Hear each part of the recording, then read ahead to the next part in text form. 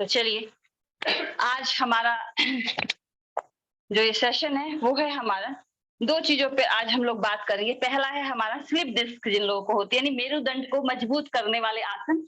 और slip disc में क्या होता है कि बहुत भारी भरकम मोटे आसन हम लोग नहीं कर पाते, तो ये वो आसन है जो लोग सभी कर सकते हैं और उनके साथ साथ अपने स्पाइनल कोड को मजबूत कर सकते हैं।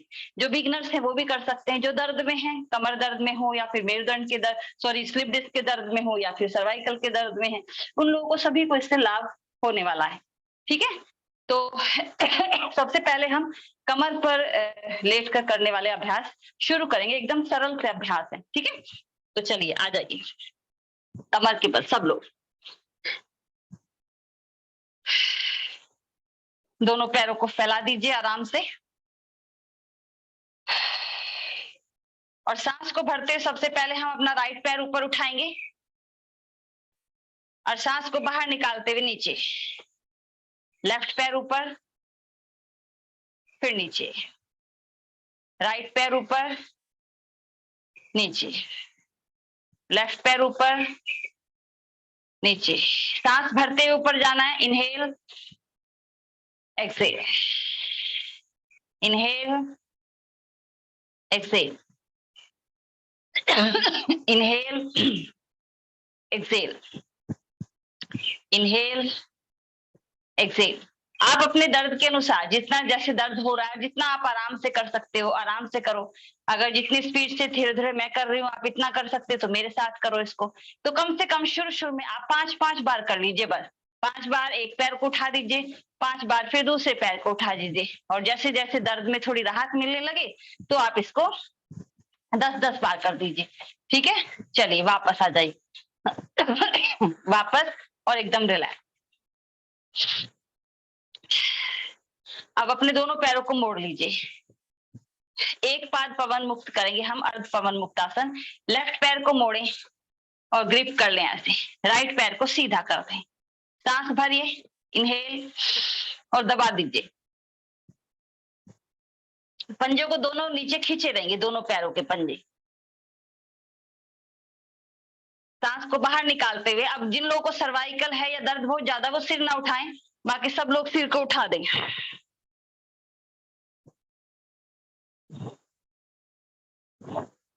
वापस दूसरा पैर, फिर से सांस भरें, दबाएं।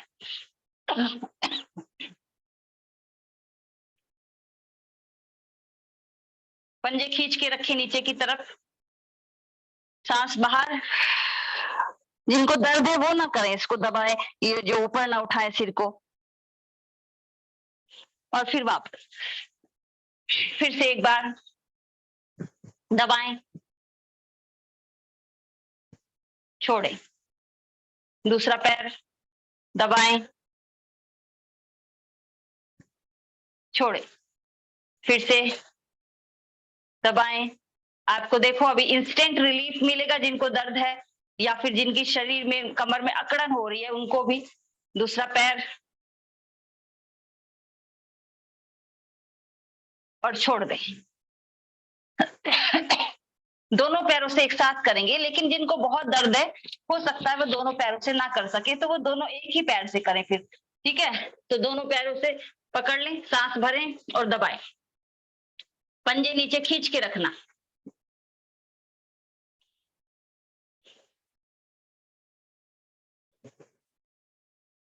छोड़ दें।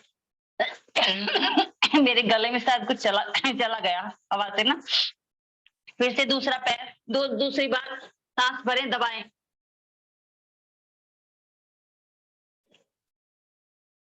फिर छोड़ दें, फिर से एक बार सांस भरे, दबाएं और सांस को बाहर निकालते सिर घुटने से लगाएंगे।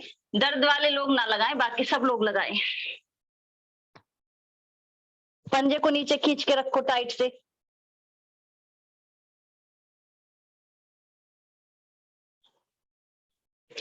और रिलीज, रिलैक्स। दोनों पैरों को फैला दें, शरीर को थोड़ा ढीला छोड़ दें, बिल्कुल रिलैक्स कर दें। एकदम बढ़िया। नेक्स्ट हम करेंगे मरकट आसन के ही कई सारे वर्जन है, उनमें से हम शुरू करते हैं। तीन चार वर्जन है मरकट आसन के। तो सबसे पहले हम अपना राइट पैर उठाएंगे, दोनों हाथों को कंधे की सीध में और हम क्या करेंगे, इसको ले जाएंगे इधर। तो देखो, जिनको दर्द है वो उनका क्या होगा कि वो उनका पैर ज्यादा ऐसे नहीं जाएगा, सिर की तरफ नहीं जाएगा, उनका नीचे रख दो। तो नीचे हो सकता है उनका पैर नीचे भी ना रखा जाए दर्द के कारण, तो क्या करें, पैर के नीचे तकिए रख ले कुशन रख लें 2 या तकिया रख लें ऐसे, ताकि उनके पैर जहां तक दर्द हो वहीं तक आप उसको पैर को लेकर जाएं।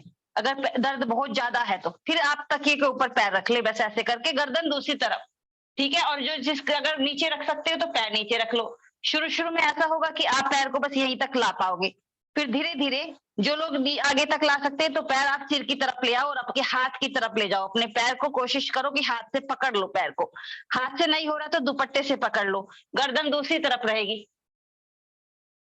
आपका हाथ पैर दूसरी तरफ, गर्दन दूसरी तरफ, दोनों हाथ कंधे के सीध में रहेंगे।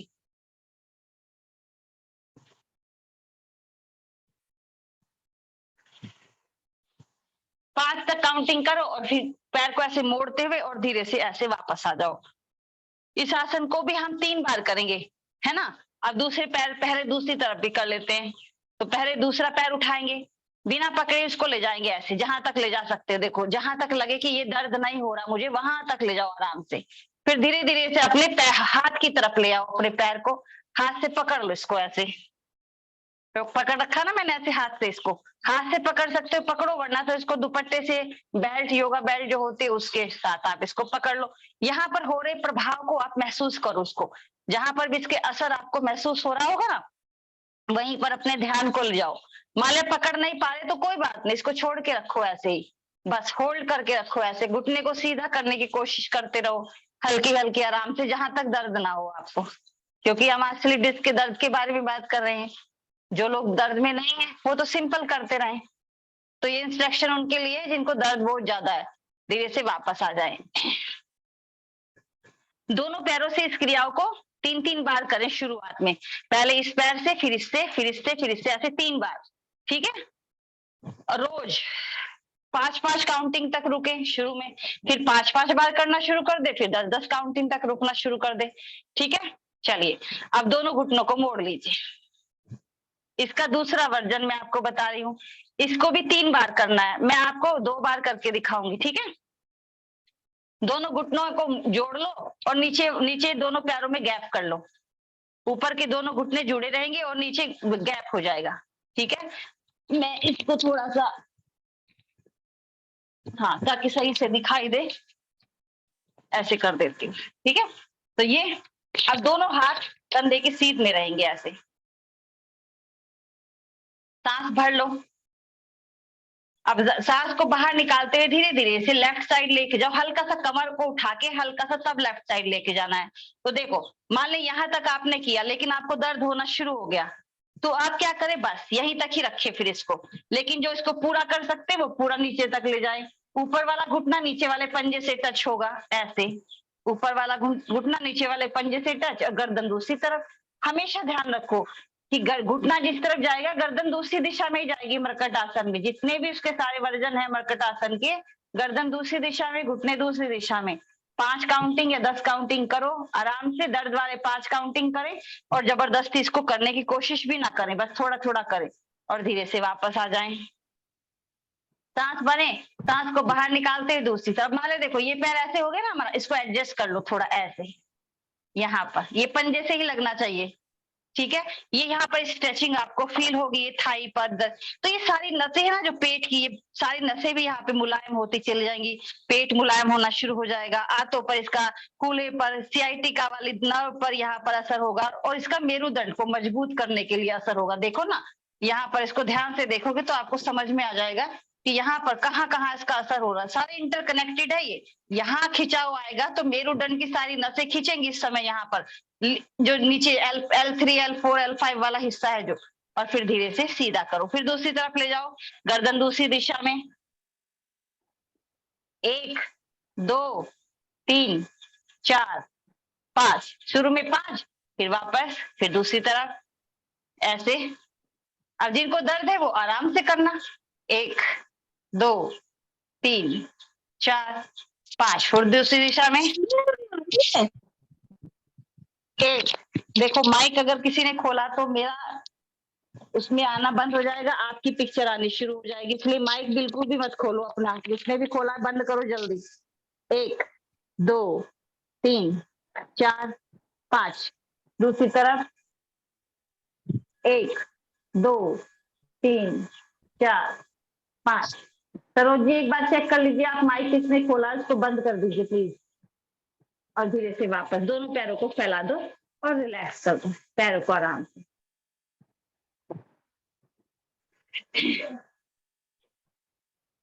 बिल्कुल रिलैक्स एकदम। ये बहुत जरूरी है कि आप जो है हर आसन के बाद थोड़ा सा अपने शरीर को रिलैक्स कर दे, जरूर से जरूर, है ना। हमें थकाना नहीं शरीर को, ऐसे यहाँ पर ये वो नहीं चल रहा इस समय। अच्छा, बहुत से ऐसे लगता है कि योग से जो है हमारा वेट कम नहीं हो रहा है, ऐसे हम धीरे धीरे एक्सरसाइज करेंगे तो वेट कैसे कम होगा। असल में क्या है ना, हर जितना भी तरह की एक्सरसाइज है, पहली बात तो योग कोई एक्सरसाइज नहीं है ना, कोई व्यायाम नहीं है, ये तो थेरेपी है, पूरी एक लाइफ स्टाइल है योग। और ये हमारे पूरे सिस्टम को एक तरीके से सिस्टमेटिक करता है, ऑर्गेनाइज कर देता है सब कुछ।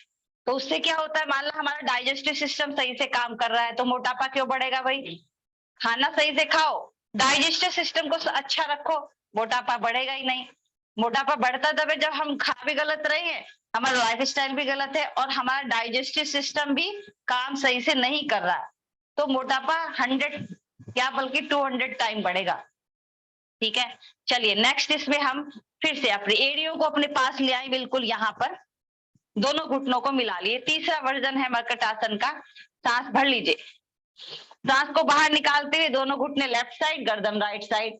अब देखो शुरू शुरू में क्या होगा, जिनको दर्द है उनके दोनों घुटने नहीं आ पाएंगे इस तरीके से, यहाँ पर उनको दर्द होने लगेगा, तो वो जितना हो उतना करें। इसके नीचे एक तकिया रख ले, यहाँ पर मैं तकिया लाना भूल गई आज, यहाँ पर एक तकिया रख ले जैसे, और उस तकिए के ऊपर ऐसे पैर रखे, माला इतना आपका हुआ, तो उससे क्या होगा कि दर्द आपका मेरुदंड धीरे धीरे मजबूत होने लगेगा और दर्द भी आपको परेशान नहीं करेगा। लेकिन जो नीचे रख सकता है वो नीचे ही रखे, क्योंकि बहुत से लोग ऐसे ना जिनको दर्द नहीं है लेकिन वो मेरुदंड को मजबूत करने के लिए कुछ आसनों को कर रहे हैं मेरे साथ। फिर वापस आ जाइए, फिर दूसरी तरफ ले जाइए पैर को, सांस को बाहर निकालते हुए दूसरी तरफ, फिर सांस नॉर्मल चलती रहेगी। 1 2 3 4 5, फिर दूसरी तरफ 1 2 3 4 5, फिर दूसरी तरफ 1 2 3 4 5, और इसी तरह से इसको 3 बार कर ले, 3 बार इधर 3 बार इधर, शुरू शुरू में 3 बार, और फिर धीरे धीरे हम अपने अब पैरों को फैला दो, फिर ढीला छोड़ दो, शरीर को थोड़े कुछ सेकंड के लिए ढीला छोड़ दो। बिल्कुल गहरा सांस ले लो 3-4 बार।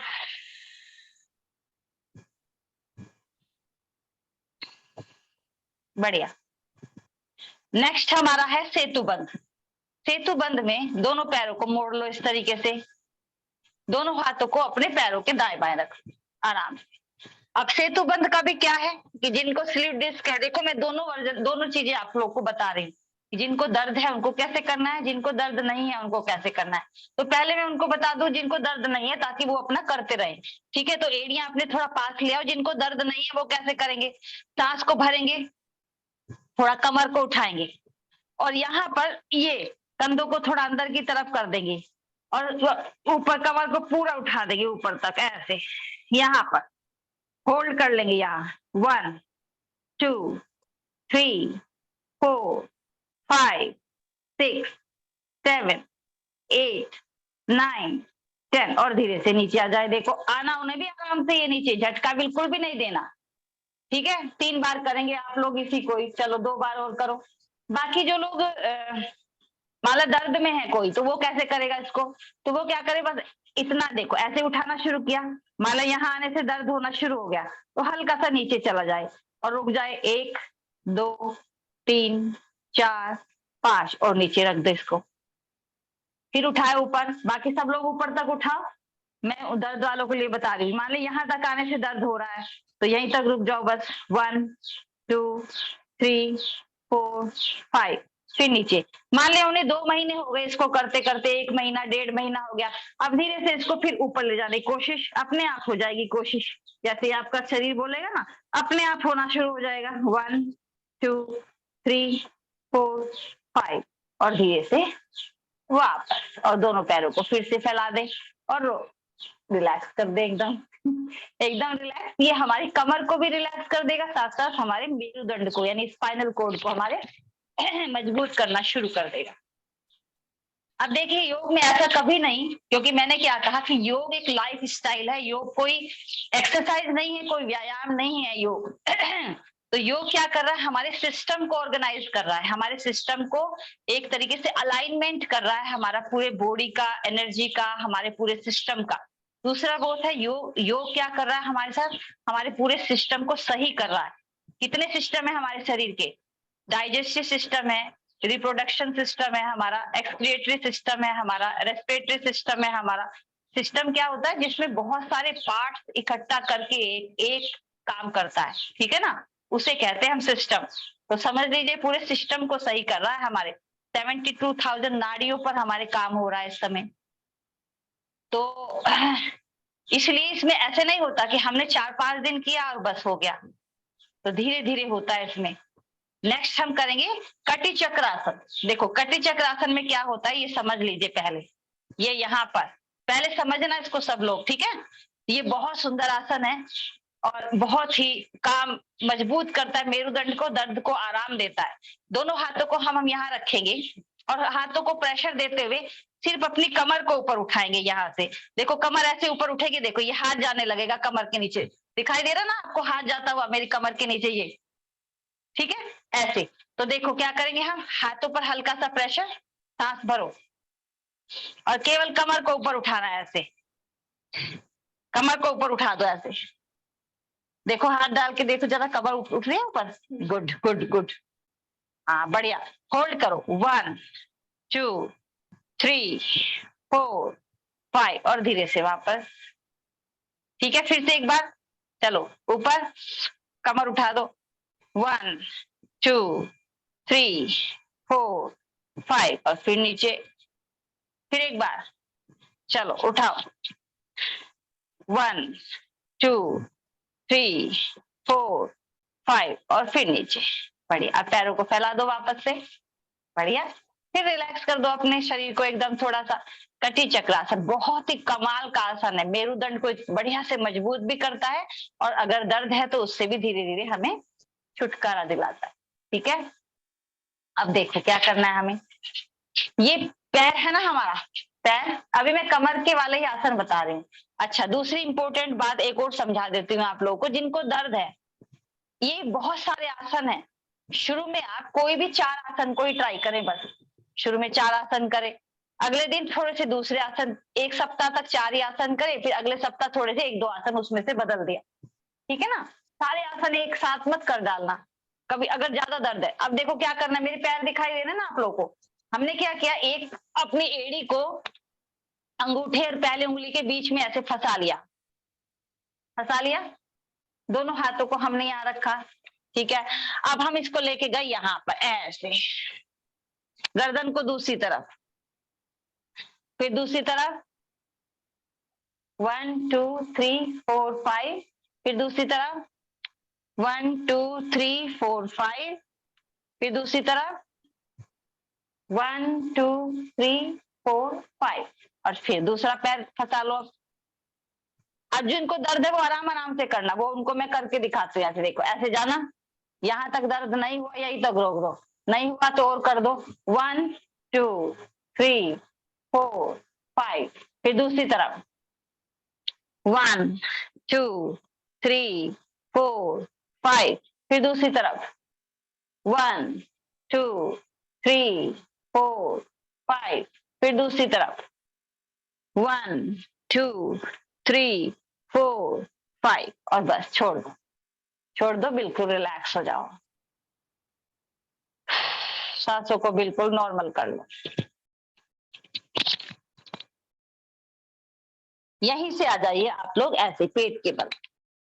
ये आसन हमने कुछ किए कमर के बल किए जाने वाले आसन, कुछ आसन हमारे होंगे पेट के बल किए जाने वाले। ये भी हमारे आसन होंगे सारे हमारे मेरुदंड को मजबूत करने के लिए आसन होंगे, या फिर हमारे दर्द को खत्म करने वाले आसन होंगे, जिसमें हमें दर्द में थोड़ा थोड़ा आराम मिलने शुरू हो जाएगा और धीरे धीरे हम ठीक होना शुरू हो जाए। ठीक है, तो चलिए कैसे करना है इनको, 1 मिनट।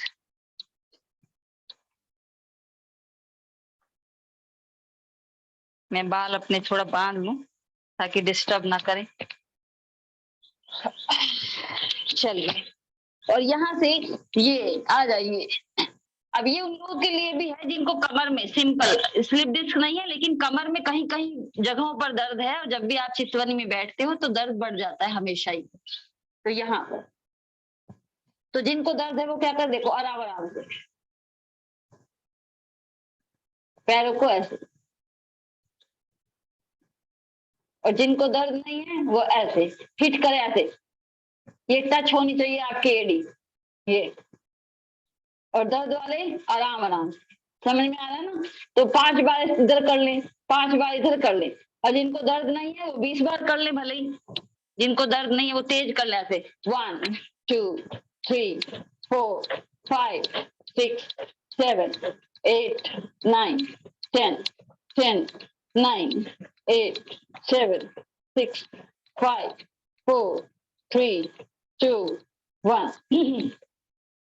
ये दोनों पैर ऐसे आराम से, देखो जिनको दर्द है वो आराम से ऐसे आराम से करते जाएं, आंखें बंद रखें और देखें अपने शरीर पर प्रभाव को महसूस करते रहें इसके ऐसे, ये। और फिर जिसको दर्द नहीं है वो 1 2 3 4 5 6 7 8 9 10 10 9 8 7 6 5 4 3 2 1 और वापस। ठीक है, तो वापस ऐसे रिलैक्स, थोड़ा मुस्कुरा लो।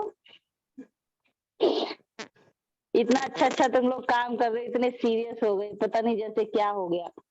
मुस्कुराते रहो, रिलैक्स एकदम। बहुत मुश्किल है मुस्कुराना मैम, बहुत मुश्किल है। ऐसी मुस्कुराहट भी माइक मत, हेलो माइक मत खोलो भाई, अगर जब तक कुछ कहना ना हो तब तक माइक ना खोलें कोई भी। अब क्या करें हम, नेक्स्ट एक और आसन बताती हूँ बस, पेट के बल का एक आसन और, क्योंकि उससे ज्यादा नहीं बताएंगे अभी। कमर दर्द वालों के लिए हम लोग स्पेशल कर रहे हैं, फिर हम वायु के लिए थोड़ा सा बताएंगे। तो यहाँ पर दोनों हाथों को यहाँ पर रख दीजिए, और धीरे धीरे अपने हाथों पर प्रेशर डालते हुए ऐसे उठेंगे। तो देखो क्या करना है आपको, जैसे दर्द है ना आपको, तो धीरे धीरे उठेंगे ये ऐसे। आपको ये उठे उठे उठे उठे, मान लो यहाँ उठने से दर्द होना शुरू हो गया तो हल्का सा नीचे आ जाओ। ठीक है, और यहीं से फिर ऐसे नीचे ऊपर, चलो नीचे। अब जिनको दर्द नहीं है वो कैसे करेंगे, ऊपर नीचे ऊपर, और जिनको दर्द है वो वहां तक आए जहां तक उनको दर्द नहीं हो रहा है बस, लेकिन आना उन्हें भी नीचे ऊपर है, बार बार नीचे ऊपर 5 बार। पहले 5 बार करो, जिनको दर्द नहीं है वो 10 बार करो।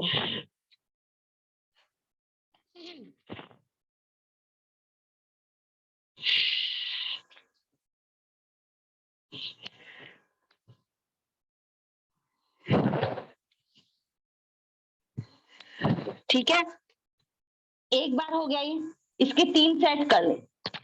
जिनको दर्द है वो 5 बार करें, फिर रुक जाए थोड़ा, फिर 5 बार कर, 3 बार कर लें। अगर ज्यादा दर्द है तो 3 बार कर ले, कोई बात नहीं। अगर दर्द ज्यादा है तो क्या करें, धीरे धीरे ऐसे ऐसे आराम से उठा जाएगा ना उनसे, तो 1, और फिर धीरे धीरे नीचे, फिर 2,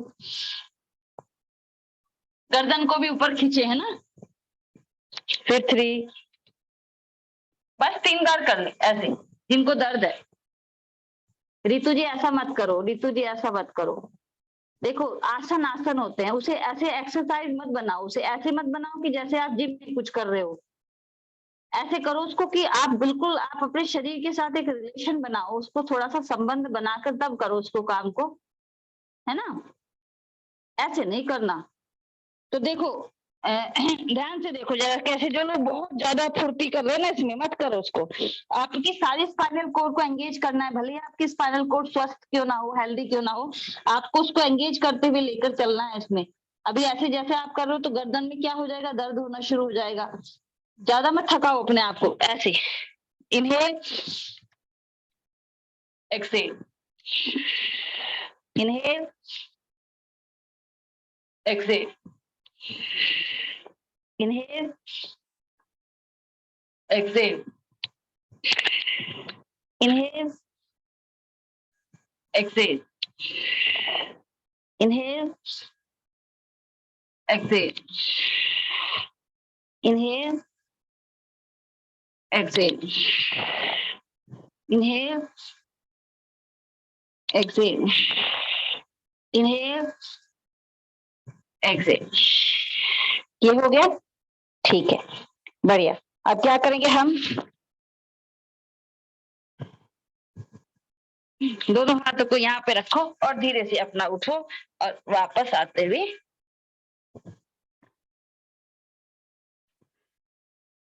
अगर आप ध्यान देंगे ठीक से एक बात पर अगर आप अच्छे से ध्यान देंगे तो आप देखेंगे हम जितने भी आसन कर रहे हैं, हम रोज इन आसनों को कर रहे हैं, किसी ना किसी दिन हम हर आसन को कर रहे हैं। तो जो लोग रोज मेरी योग क्लास को अटेंड कर रहे हैं उनको अलग से कुछ भी स्पेशल पैकेज की जरूरत है ही नहीं, क्योंकि वो आराम से उनको वो सीख भी रहे हैं आसनों को कैसे करना है, उनको समझ भी रहे हैं कि क्या इनसे क्या फायदे और क्या नुकसान हो सकते हैं। वो ये भी सीख रहे हैं कि कैसे कैसे करना है, किसको आसन को कितना करना है, ये भी आपको पता चल रहा है सब कुछ। तो आप रोज क्लास में आइए, आपको बहुत कुछ ऑटोमेटिकली ही आपका सॉल्व होना शुरू हो जाएगा जो भी प्रॉब्लम है। लेकिन उसके बावजूद भी हम एक पैकेज एक छोटा सा रख ही देते हैं हर सैटरडे को, इस तरह का कि आपको उसको थोड़ा एक्स्ट्रा बेनिफिट्स मिलने स्टार्ट हो जाएं। और जो लोग ज्यादा ही परेशान हैं चीजों को लेकर वो थोड़ा सा ज्यादा कर लें उसको और जल्दी जल्दी थोड़ा सा उनको जल्दी आराम मिल जाए, ठीक है। लेकिन इंस्ट्रक्शंस को आप सही तरीके से अगर फॉलो करोगे तब योगाभ्यास आपको बहुत ही काम अच्छे बेनिफिट्स देगा, है ना। अपने अनुसार बहुत ज्यादा करने का प्रयास मत करना। दूसरी बात ये है, बहुत कई बार हमारे दिमाग में क्या आता है कि हम बहुत ज्यादा कर लेंगे योग तो हम जल्दी जल्दी ठीक हो जाएंगे। नहीं नहीं, ऐसा नहीं है। योग को ऐसे नहीं करना है कि आपको कई कई घंटे आपने योग कर लिया तो आप जल्दी से सब कुछ हो जाएगा। देखो पतले हो जाओगे, बहुत सारी चीजें ठीक भी हो जाएंगी, ऐसी बात नहीं, लेकिन बहुत सारे नुकसान भी होते हैं। बहुत सारी एक्सरसाइज बहुत ज्यादा करने के कारण जो हम योगाभ्यास बहुत ज्यादा कर लेते हैं, जरूरत से ज्यादा करते हैं, तो हर शरीर की जरूरत अलग अलग होती है ना। तो इसलिए ऐसे योगाभ्यास ऐसे नहीं करना होता हमें कि हमने बहुत ज्यादा कर लिया, इतने ज्यादा आप लोग एक्साइटेड हो गए करने के लिए और बहुत सारा कर लिया आपने एक बार में, या फिर आप रोज ही आप कई कई घंटे योग कर रहे हो क्योंकि आपके पास समय है और आपको मजा आता है उसे करने में। तो ऐसा नहीं है। अपने शरीर की प्रकृति को समझना है कि हम कैसे करें उसको, दर्द ना हो जाए कहीं शरीर में, वायु ना बढ़ जाए शरीर में, ज्यादा योग करने से पित्त ना बढ़ जाए कहीं शरीर में। तो इस तरह की चीजें भी बढ़नी शुरू हो जाती हैं। कई बार आपके जोड़ों पर एक्स्ट्रा प्रेशर पड़ना शुरू हो जाता है उसका, तो उसका भी ख्याल रखें थोड़ा सा, ठीक है ना। तो और धीरे धीरे चीजों को लेकर चलें, जल्दबाजी ना करें, बहुत ज्यादा उतावलापन ना करें, ठीक है। तो चलिए, हाँ, तो नेक्स्ट हमारा सेगमेंट है वो है वायु। आज हम वायु के बारे में भी बात करें। जिन लोगों को क्या होता है, वायु के लक्षण क्या है, पहले सबसे पहले ये समझ लीजिए। वायु के ये लक्षण है कि अगर आपके दो, हमारे जो है वायु, वैसे तो हमारी 10 तरह की वायु होती है, लेकिन दो वायु उसमें से ऐसे होती है, एक प्राण वायु होती है, एक अपान वायु होती है। प्राण वायु होती है जो हम जिसको सांस के द्वारा हम अंदर ले रहे हैं, और अपान वायु होती है जब भोजन जो है सड़ जाता है और सड़ने के कारण, यानी हमारा शरीर डाइजेस्टिव सिस्टम सही से काम नहीं कर रहा है और भोजन सड़ गया, या भोजन हमने वो भोजन अपने पेट में डाल दिया जो हमारे लिए बना ही नहीं था, या फिर वो सही भोजन नहीं था, पेट को नहीं थी उसकी जरूरत, तो इसलिए उसने रिजेक्ट कर दिया उसको। उसे वो कर तो रहा है उसे डाइजेस्ट, लेकिन समय ले रहा है बहुत ज्यादा। तो क्या होगा, हमारे आंतों में भोजन फंसना शुरू हो जाएगा और सड़ना शुरू हो जाएगा पचने की बजाय। जैसे ही भोजन सड़ना शुरू होगा तो वैसे ही हमारी अपान वायु, यानी जो नाभि से नीचे वाला जो हिस्सा है यहाँ पर, ये यहाँ पर भारी भारी भोजन करते ही लगेगा जैसे भारी हो रहा है बहुत ज्यादा, और पेट में गैस बनने शुरू हो जाएगी। ये होती है पेट की वायु, जिसको लोग कहते हैं पेट में मेरे बहुत ज्यादा गैस बनती है, बहुत वायु बनती है, और मैं तो भोजन भी सही करता हूँ, फिर भी भोजन सही होता है लेकिन मेरी पेट की वायु बनती है। तो भोजन को भी बहुत सारी चीजें होती है, जिनको वायु बनती है वो चबाकर खाएं खूब अच्छे से भोजन को, जरूरत से थोड़ा कम ही खाएं भोजन को। दूसरी बात ये होती है कि कई बार हम लोग है सफिशिएंट पानी नहीं पीते हैं, मान लिया भोजन भी हमारा ड्राई ही रह गया थोड़ा सा और पानी भी हमने सही तरीके से नहीं पिया, तो भी हमारे शरीर में वायु बननी शुरू हो जाएगी। जब किसी के भी शरीर में अगर वायु बनती है तो सबसे एक अच्छी बात, खासियत अच्छी बात क्या है उसकी, कि आप क्या करें, दिन में कम से कम भी 4-5 गिलास गुनगुना पानी पी ले, घुट घुट करके। भोजन के बाद हल्का गर्म पानी ही पिए, बल्कि जिनको वायु बनती है मैं कहती हूँ ठंडा पानी पिए ही ना, दिन भर आप गर्म पानी ही पिए। वायु वाले लोग हल्का हल्का गुनगुना गुनगुना, क्योंकि गर्मी जैसे जैसे बढ़ेगी तो कभी आपने ताजा पानी पी लिया, कभी हल्का सा गर्म पानी पी लिया। फ्रिज का तो बिल्कुल भी पीना ही नहीं, वरना तो एक पॉइजन का काम करेगा आपके शरीर में जाकर वो, ठीक है ना। तो इस तरह की चीजें थोड़ा सा अपने भोजन में, अपने लाइफ स्टाइल में इस तरह से चीजें, रात को ज्यादा देर तक ना सोए, वरना तो ऐसी प्रकृति के साथ साथ वायु भी बढ़ जाएगा आपके शरीर में। तनाव ज्यादा न लें, तनाव ज्यादा लेंगे तो आपका पित्त तो बढ़ेगा, साथ साथ वायु भी बढ़ जाएगी। तो देखो ना कितना सरल है, एक सही लाइफ स्टाइल को आप अपना लीजिए और आपको फिर कुछ भी करने की आवश्यकता है ही नहीं, ठीक है ना। तो ये हुआ हमारे, लेकिन भोजन से अब ये वायु से रिलेटेड मैं कुछ आप लोगों को पॉइंट्स भी बता दूंगी, एक्यूप्रेशर पॉइंट्स वायु से रिलेटेड। पैरों में दर्द होता है बहुत ज्यादा, पैरों वायु के कारण जब पैरों में दर्द होता है बहुत ज्यादा, तो ये वायु के कारण होता है पैरों में दर्द। आप बैठ नहीं पा रहे, आप ध्यान में बैठो और ध्यान में बैठे सबसे पहले पैरों में दर्द, फिर कमर में यहाँ से दर्द, फिर शोल्डर ब्लेड पे दर्द, यहाँ सब होना शुरू हो जाता है। बहुत सारे मेरे जो स्टूडेंट्स हैं मुझे बोलते हैं जैसे ही हम ध्यान में बैठते हैं हमारे यहाँ शोल्डर ब्लेड में दर्द होना शुरू हो जाता है। तो देखो जरा कहाँ गड़बड़ हो रही है, सोने उठने बैठने में। आपके थॉट प्रोसेस को भी चेक करो एक बार। ऐसा नहीं है कि आपका केवल, बाकी सबने सब कुछ ठीक है लेकिन मन में कुंठित है किसी ना किसी चीज को लेकर, डिप्रेस्ड है किसी ना किसी चीज को लेकर। आप बहुत ध्यान दे रहे हो खाने पीने पे, हर चीज पर, लेकिन बहुत जल्दी गुस्सा आ जाता है आपको। एकदम जल्दी से गुस्सा आया, शरीर में कुछ वात पित्त कफ का बैलेंस तुरंत बिगड़ जाएगा, दर्द शुरू हो जाएगा, ठीक है ना। तो ये चीजों पर भी साथ साथ ध्यान देना पड़ेगा। एक शरीर को अपने, देखो अभी जीवन को अगर आपको एक सही दिशा में लेकर जाना है तो आपको हर चीज पर ध्यान देना पड़ेगा। खाली ये नहीं कि मैंने 1 घंटा योग कर लिया और फिर आलू के पराठे 3-4 खा लिए, ऐसे नहीं काम बनेगा। मेरे स्टूडेंट वो एक, हाँ, एक स्टूडेंट मेरे बोल रहे थे एक दिन कि मैम आपके योग से मुझे इतना अच्छा महसूस हो रहा है कि पहले मैं 1 ही पराठा खा पाता था, अब मैं 3 खाने लगा हूँ। तो ऐसे नहीं करना है, ठीक है ना। तो इसलिए नहीं आपको योग करना है कि भोजन आप सही से डाइजेस्ट कर सके। डाइजेशन का क्या है, वो तो हो ही जाता है ठीक जब आप रोज योग कर रहे हो। तो देखिए नेक्स्ट हमारा जो है इसमें, अब देखो यहाँ पर जो ये जो एक यहाँ पर एक नस होती है, यहाँ पर ये नस होती है, तो जो हमारी, तो इसको हमें क्या करना है, देखो ये ऐसे, इसको यहाँ से हमें ये अंगूठा लेना है, अंगूठा ये अंगूठा ही नीचे रखना है इसको, और यहाँ से इसको ऐसे दबाना है। करो सब लोग, ये ऐसे, और नीचे तक जाओ इसको, और फिर ऊपर तक लाओ ऐसे, ये।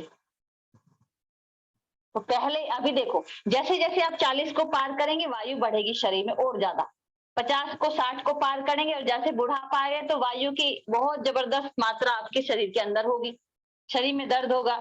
तो इसलिए हमारे जो बड़े बुजुर्ग थे पहले उन्होंने क्या किया कि भाई जो हमारी बहुएं होंगी वो पैर दबाएंगी बड़ों के, है ना, क्योंकि उनके शरीर में वायु बहुत है ना, दर्द रहता है, नींद नहीं आती सही तरीके से, बेचैनी रहती है टांगों में, तो बहुएं पैर दबाती थी।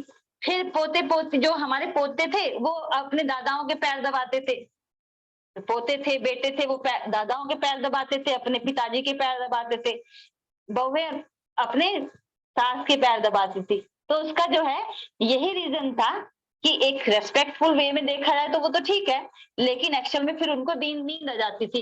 कितनी बार तो ऐसे होता था पैर दबाते दबाते ही नींद आ जाती थी उनको, क्योंकि वायु को वहां से मूवमेंट हो गया, उनको आराम मिला और उनको नींद आ गई।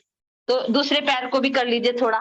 तो ये नस है यहाँ पर एक, ये तो जिसने ये नस अपनी सास की पकड़ ली तो उसकी बात बन गई, समझ लो। तो ये वाली नस पकड़ लेना आज के बाद।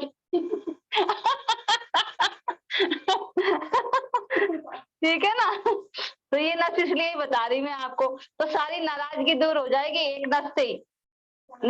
एक नस को पकड़ना सीख लो और सारी नाराजगी, जो इतना बढ़िया पक्का रिश्ता बन जाएगा आप लोगों का सास बहू का कि बस कमाल हो जाएगा। सास बहू बहू ही करेगी फिर। वो वाली नस है ये। ये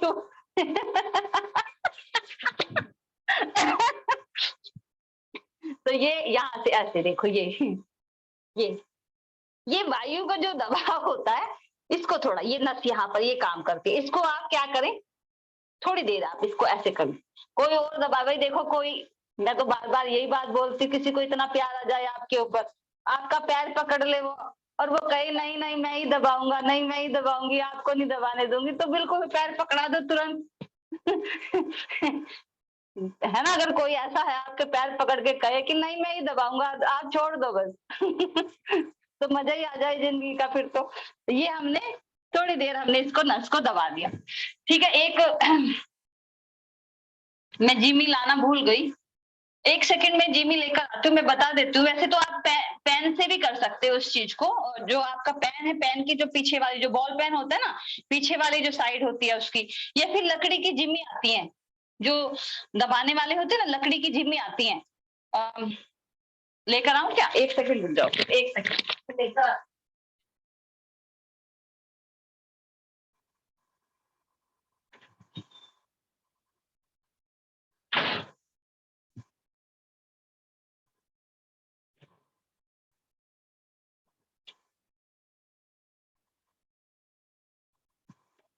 अब अच्छा पीछे, हाँ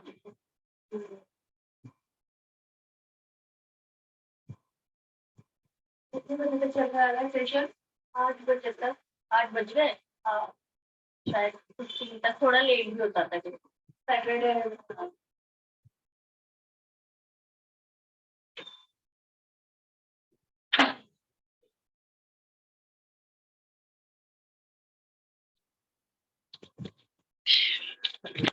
तो देखो, मैं दोनों चीज ही ले आई एक्चुअल में,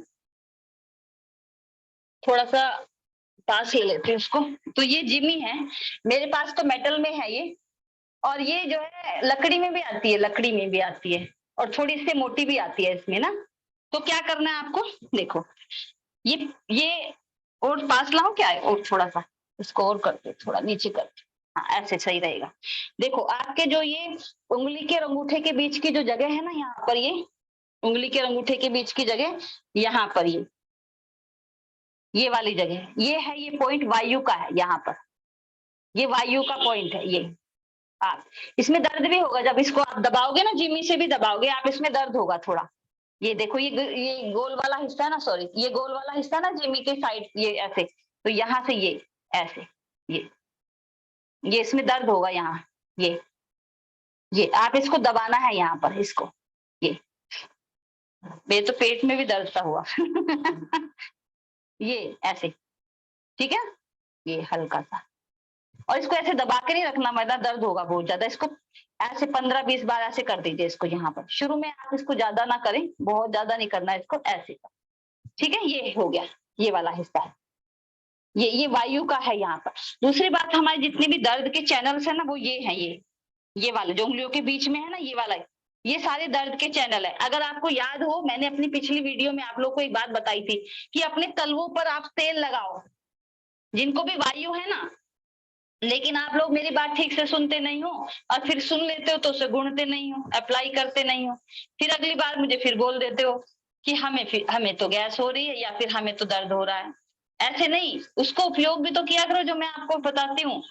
सरसों का तेल लगाओ, वो लोग जिनको वायु बनती है, तिल का या फिर सरसों का तेल लगाना है उनको यहाँ पर तलवों पर, रात को ऐसे ये मलना है पूरा अच्छे से, ये यहाँ पर ये, और फिर अपने अंगूठों पर ऐसे ये, क्योंकि दर्द का कारण 80% हमारे शरीर में जो दर्द का कारण है वो गैस है, वायु, यानी ये हो गया हमारा।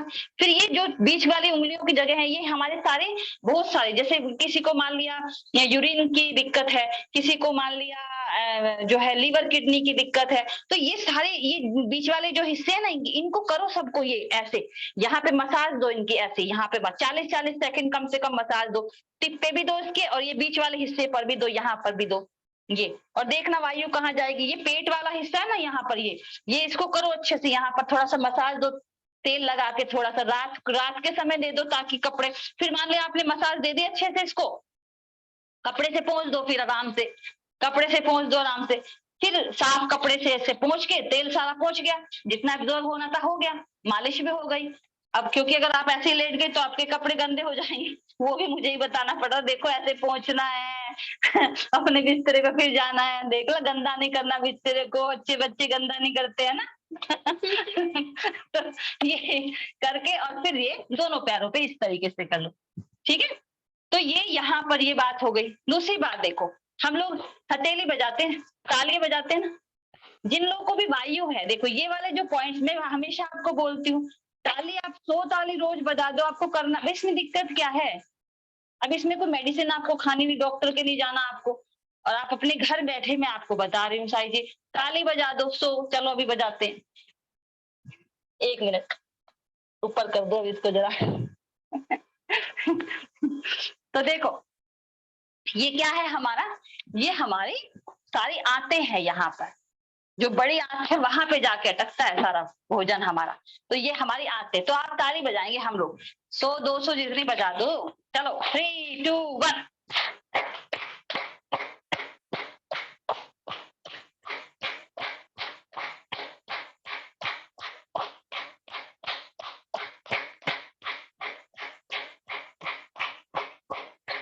मुस्कुराते हुए बजाओगे तो और बढ़िया काम करेगा, थोड़ा मुस्कुरा भी दो।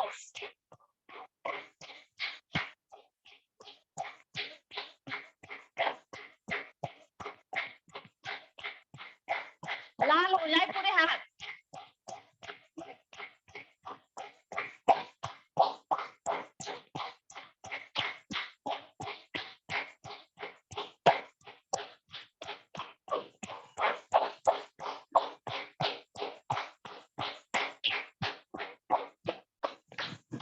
मुझे एक बात याद आ गई ताली बजाते बजाते कमला जी इतना मुस्कुरा के ताली बजा रही है, आपको यकीन नहीं आएगा, इनकी लीवर में दिक्कत मुझे मुझे वो बात याद आ गई देखो डीपी सिंह जी तो रुकी नहीं रही, क्योंकि इनको भी थोड़ी प्रॉब्लम है, मतलब जितना हो जाए उतना बढ़िया तो वो, और कमला जी इतनी बड़ी मुस्कुराहट, ऐसे इतनी बड़ी मुस्कुराहट लेकर ताली बजाई जा रही है जी, सब कुछ की कविता जी ने बोला मुस्कुराओ और ताली बजाओ, बात खत्म, बिल्कुल सही है ये, आप मुस्कुरा दो बस, मुस्कुरा दो, मुस्कुराने से कितनी सारी चीजें, आपको यकीन नहीं आ रहा, आपको, आप मजाक समझते हो इस बात को, सच कह रही हूँ, आप कितना भी जीवन में कितनी भी परेशानी आ जाए, है तो टेम्परेरी परेशानियां ना, कोई परमानेंट तो है नहीं भाई, परेशानियां भी हैं तो टेम्परेरी तो हैं, देखो एक दिन वो चली जाएगी जो भी परेशानी है, और वो परेशानी नहीं गई अगर, तो तुम चले जाओगे तो जाना तो है ही, इसलिए वो परेशानी तो जानी है, चाहे कैसे भी जाए, या तो परेशानी जाएगी या तो तुम जाओगे, टिकने वाले ना तुम हो ना परेशानी हो, इसलिए चिंता मत करो ठीक है ना। तो अब जयशंकर जी हंस रहे हैं कि ये भी क्योंकि वो लोग ज्यादा हंसते हैं जो ट्रेन के सबसे अगले डिब्बे में बैठे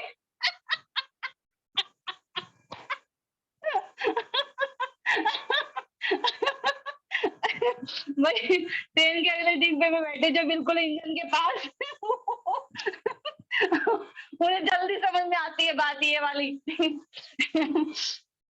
अभी हम लोग क्या कहना, अभी हम इस जोश में है कि अगर कुछ भी होगा तो पड़ोसी होगा, हमें थोड़ी कुछ होने वाला है, हम तो ऐसे कहते ही रहेंगे, हमें तो कुछ होने वाला है नहीं, तो ये हमारी हाँ, तो खाने पीने में थोड़ा सा आपको ध्यान, जीवा पर थोड़ा सा कंट्रोल, चाहे आप कितना भी सात्विक, कितना भी कुछ चीजें खा रहे हो, मन को प्रसन्न रखते हुए खाओ, भोजन चाहे कम हो ज्यादा हो, मान ले किसी दिन आपकी जो घर में जो खाना बनाते हैं उनसे नमक ज्यादा हो गया, कभी यहाँ मिर्च ज्यादा हो गई, या फिर आपकी पसंद की चीज नहीं बनी, तो नहीं, कुछ ज्यादा बहुत ज्यादा, अगर मिर्च नमक ज्यादा हो गया कम कम लगा के खा लो, है नहीं, मिर्च ज्यादा होगी थोड़ा लगा लो, ज्यादा ज्यादा सब्जी मत खाओ।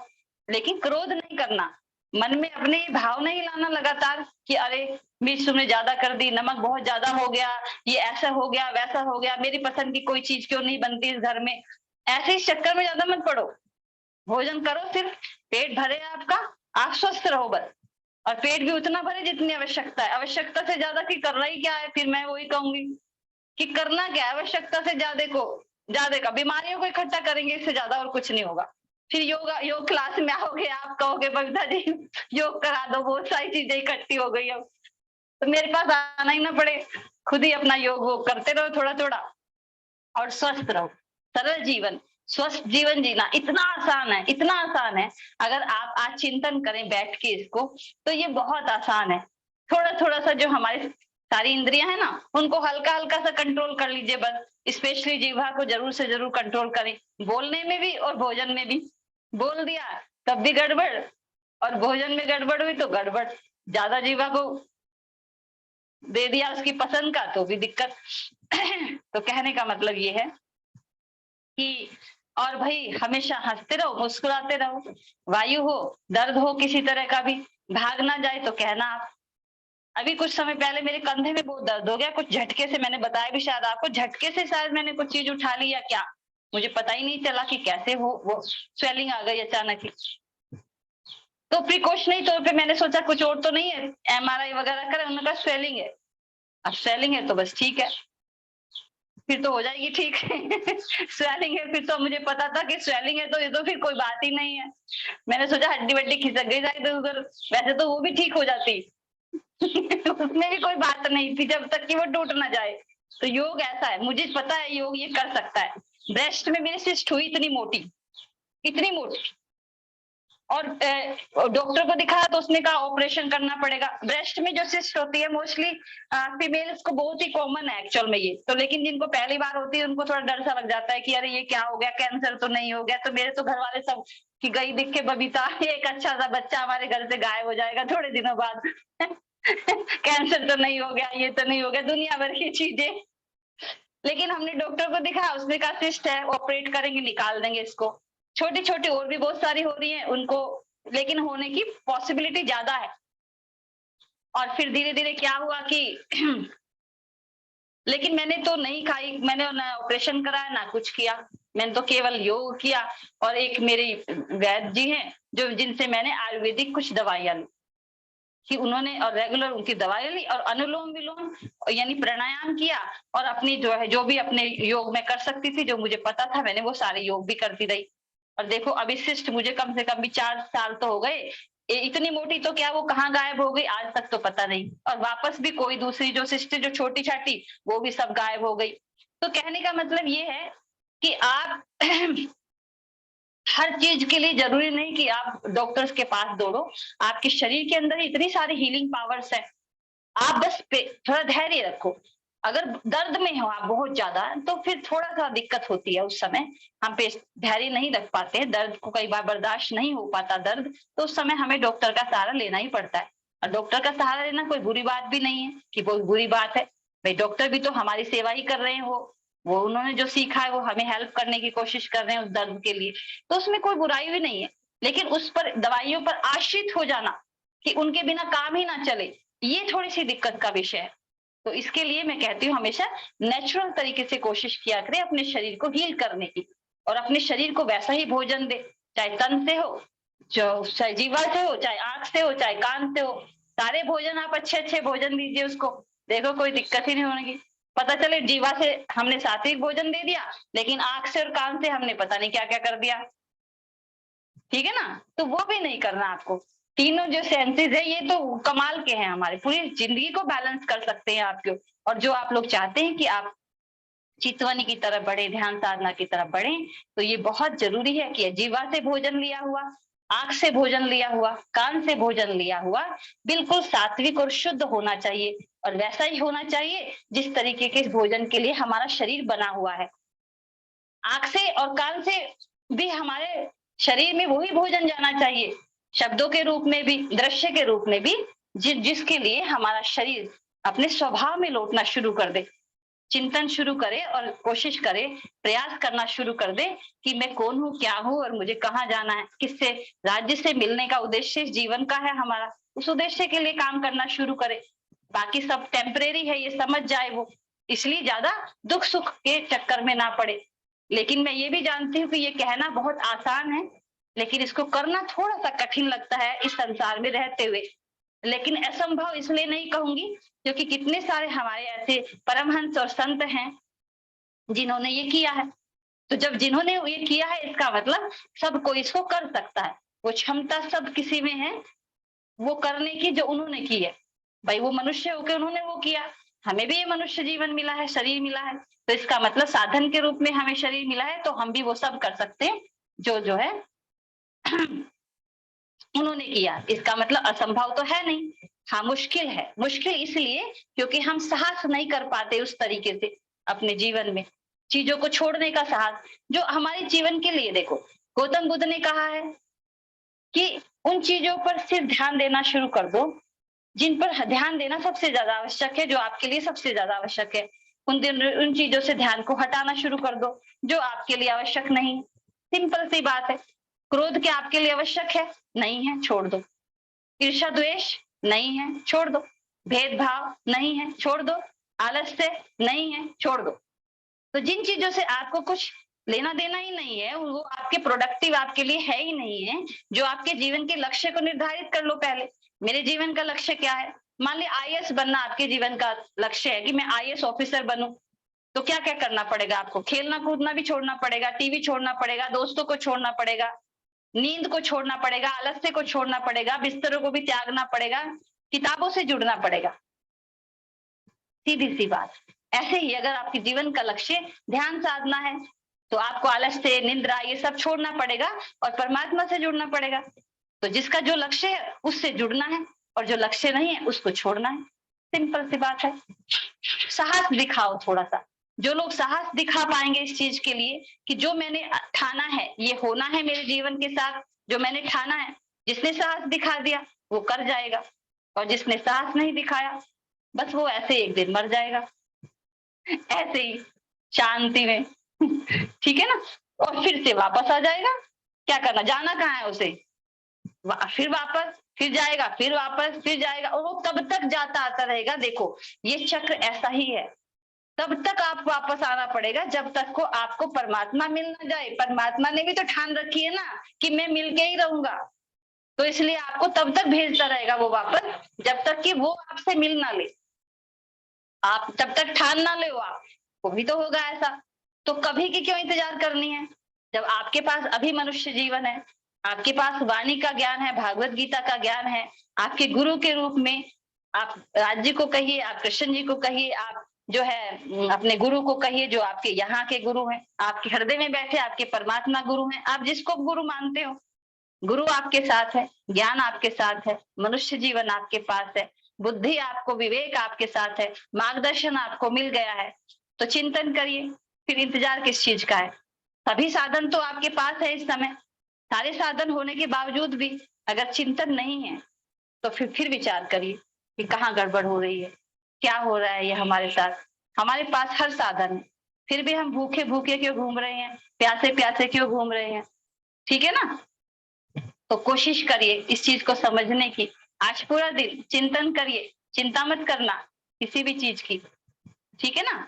तो समझने के चिंतन करिए, थोड़ा सोचिए कि मेरे जीवन का लक्ष्य क्या है, और जो आपने जीवन का लक्ष्य सोच रखा है क्या सचमुच ही वो लक्ष्य है भी कि नहीं है, ये भी सोच लेना। क्योंकि कई बार ऐसे लगता है कि देखा देखी उसका ये लक्ष्य है, चलो मैं भी यही बना लेता हूँ। हो सकता है कुछ दूसरा लक्ष्य हो। तो देखो इस चीज को, समझो इस चीज को, ठीक है ना। और फिर से आपके हाथ में आज फिर 24 घंटे आपके हाथ में, आप देखते हैं कैसे जीते इन 24 घंटों को। हर क्षण को प्रेम से, प्यार से, हर क्षण को इतना खूबसूरत बनाकर जियो कि दिन निकले जब शाम हो तो आपको खुशी महसूस हो कि आज का दिन जो परमात्मा ने मेरे हाथ में दिया था, ये जिम्मेवारी मेरी थी इस दिन को आज खूबसूरत बनाने की, और मैंने अपनी जिम्मेवारी को बढ़िया से निभाया है। आपको रिग्रेट ना करना पड़े कि अरे मुझे इतना सुंदर जीवन दिन मिला था आज का और मैंने उसको ऐसे ही निकाल दिया। है ना?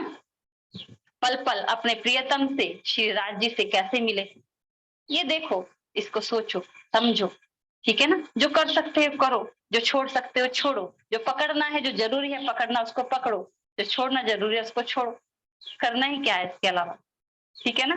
तो थैंक यू वेरी मच आज के सेशन के लिए।